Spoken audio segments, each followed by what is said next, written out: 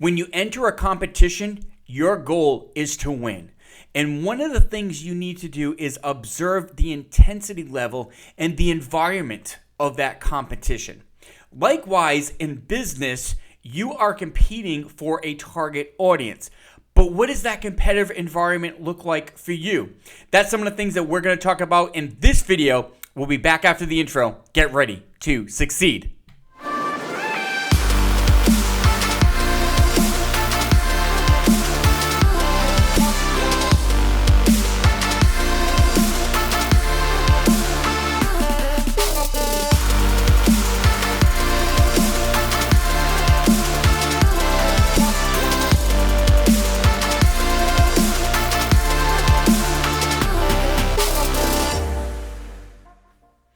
All right, one of the things we want to talk about today is how to analyze your competitive environment.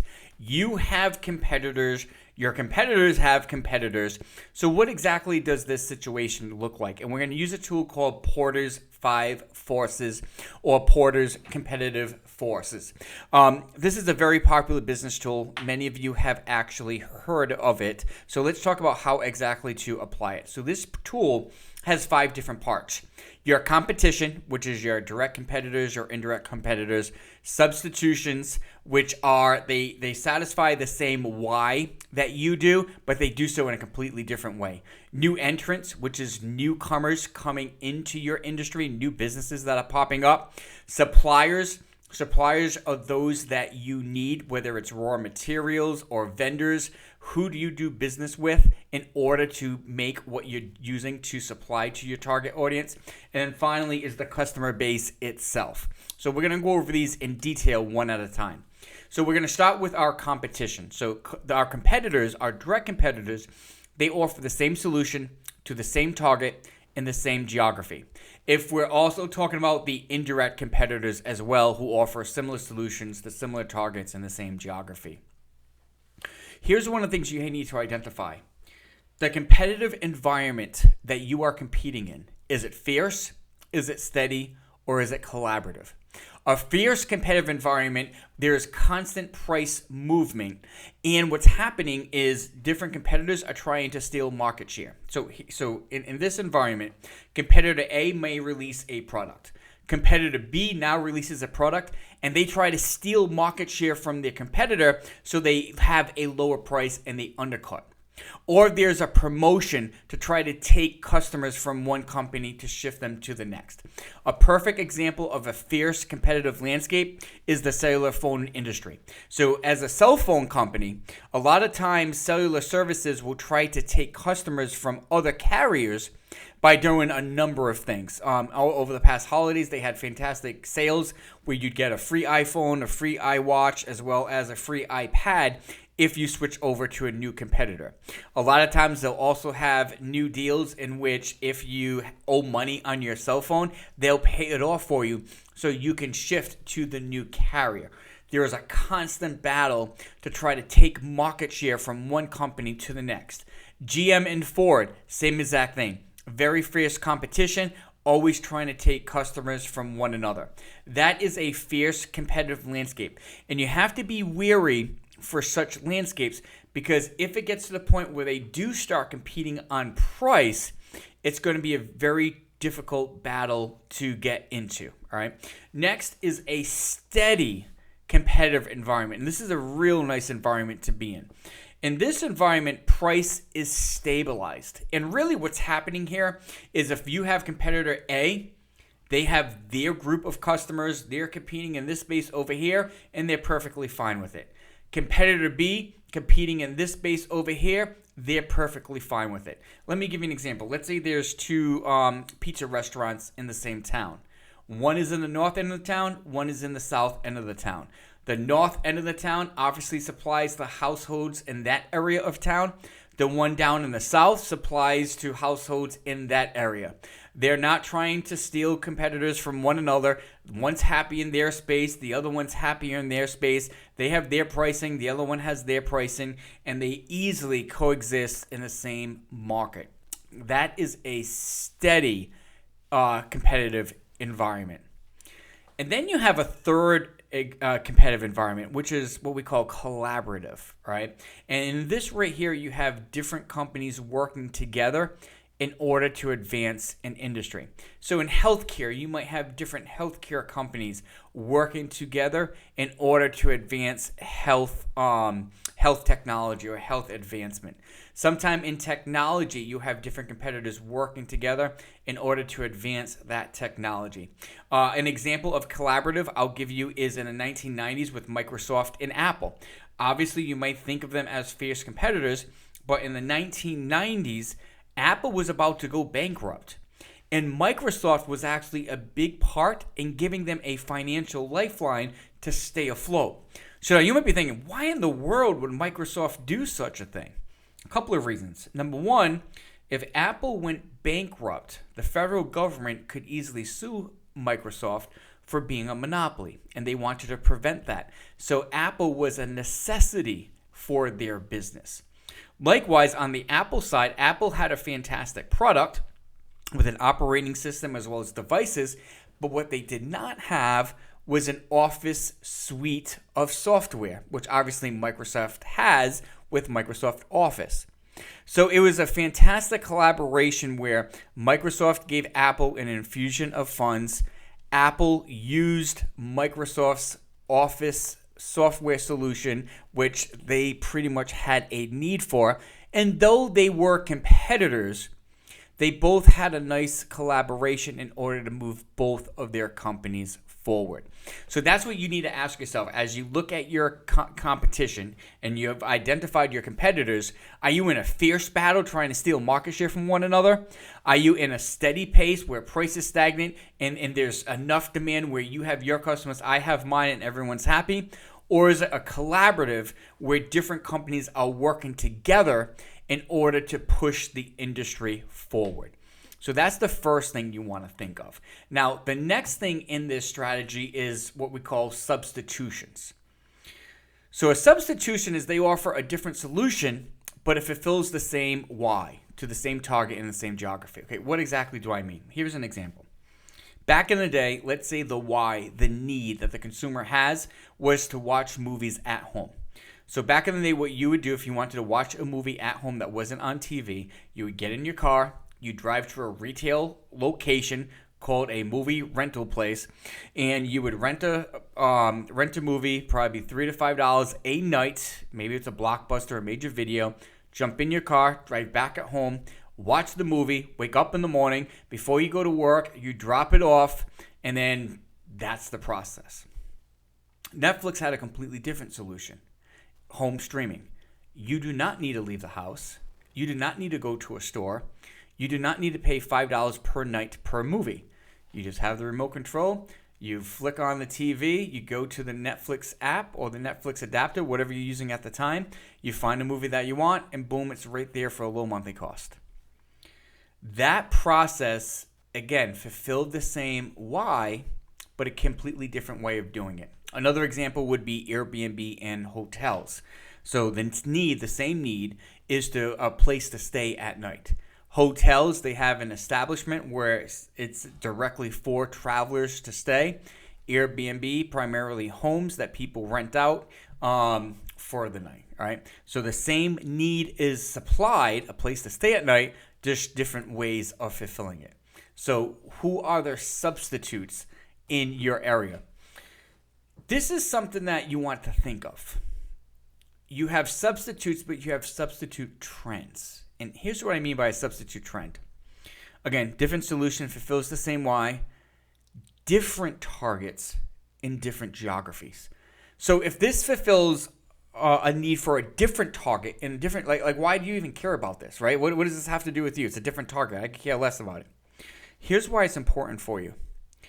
If there is a trend occurring in different targets, different segments, different areas, and that trend starts to gain steam, it is very possible that trend could actually attack your business.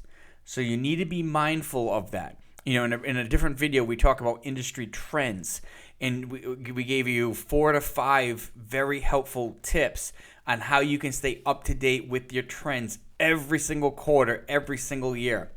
You need to be on top of that because you need to see, are there trends coming about that are impacting other companies, other segments that could eventually impact yours down the road. And here's the key thing to remember.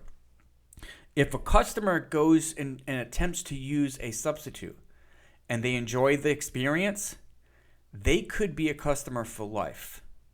When was the last time one of you went to a major video or a Blockbuster video?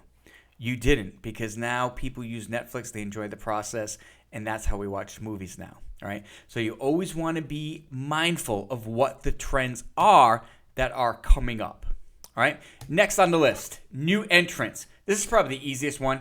How easy is it for a new company to start a business in your industry? Now, if you are an e-commerce shop or in e-commerce business, it's very easy for an e-commerce business to pop up. If you're an app, very easy for an app to pop up. Let's say you are a automotive manufacturer. That's obviously a lot more challenging. You need a massive amount of money.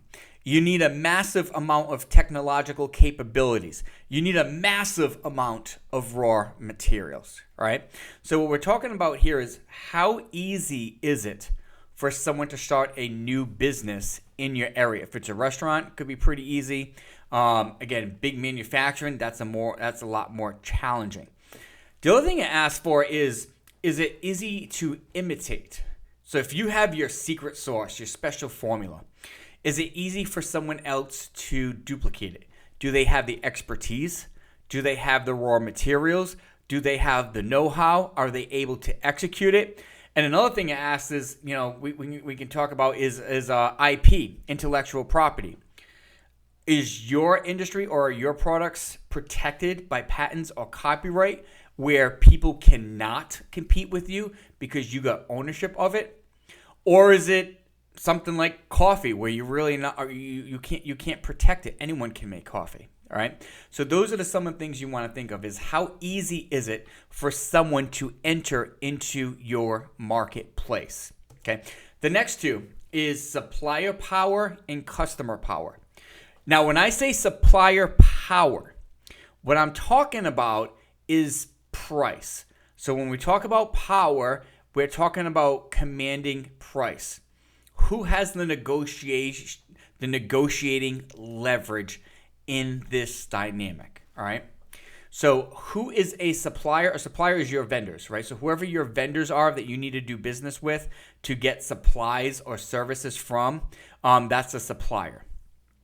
You have the upper hand in the negotiation, meaning you have the ability to persuade price in your favor if there are many suppliers or many vendors and limited companies, limited competitors, right? So if you have 100 vendors all trying to get business from 5 suppliers, you got 100 vendors and suppliers trying to get business from 5 companies who compete with each other.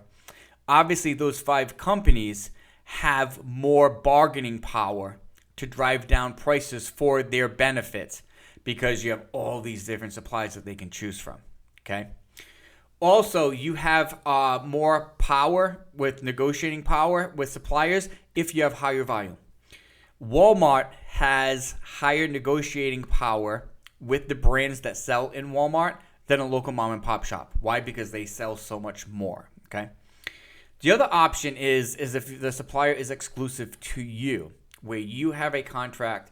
A lot of times, bigger companies will have this in place. So if you're a really big company and you'll tell the supplier, hey, listen, I will buy from you, but you can only supply from me, and you can only supply to me and me only. That's it. You're exclusive to me. You can't do business with anyone else. Here are my terms.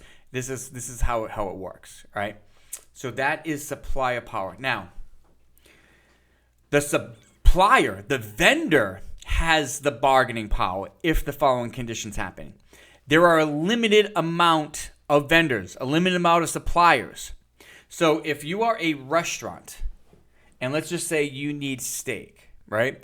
And there is only 2 beef suppliers in the entire region. All the restaurants can only get beef from 1 or 2 places. Obviously, that supplier, the provider of beef, they can increase prices as much as they want because there's nowhere else to go to. All right. So that is an issue where the suppliers have the power, is if there's significantly more vendors and a limited amount of suppliers. They also have the power if you have low volume. Obviously, they're going to give better pricing to higher volume customers, not you. And also, if you are exclusive to the supplier, meaning you can only do business with the supplier, obviously they can get the upper hand there. Okay. And then the final one is competitor, the competitor power. So these are your customers. Who has the bargaining advantage when it comes to your customers? Okay, you have the upper hand if there are many customers for very limited companies. Okay, so if there were only 3 restaurants in your town, but your town had 200,000 people, obviously the restaurant can charge as much as they want because there's so many people and there's so limited restaurants. Unique competitive advantage. So if you have something that's unique that no one else has, but a lot of people want, then obviously you can increase your prices. If you have something that's so unique that no one else can duplicate, but everyone wants, you can increase your prices.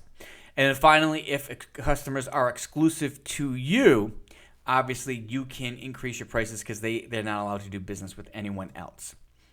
On the flip side, the customers have the bargaining power if the following things are met. There are a limited amount of customers and there are many competitors. So if you only have 10 customers, but you have 20 different companies to do business with, obviously those businesses are dying to get that business from those companies, right? And here's an interesting part. If your product becomes a commodity, meaning there's no differentiation whatsoever, gasoline is the same exact thing. If it becomes a commodity, that means most likely the customer can try to bargain at a better price in their benefit. Okay, so that is a brief rundown of the competitive advantage. That is a brief rundown of the competitive landscape, the competitive environment. These are the 5 forces that dictate what type of an environment you have. Is it fierce? Is it steady? Is it collaborative? What does that environment look like? It's really important for you to have this understanding because when we get into future videos and we get into the competitive advantage video, you're going to want to have this information to help make your decision. All right? Bible verse of the day, Psalms 31:24. Be strong and let your heart take courage, all you who hope in the Lord. Be strong and let your heart take courage, all of you who hope in the Lord. May you have the strength and the courage of the Lord as you go forward today and this week, and make sure you do your best and try to succeed. Have a good one, guys. See you later. Bye.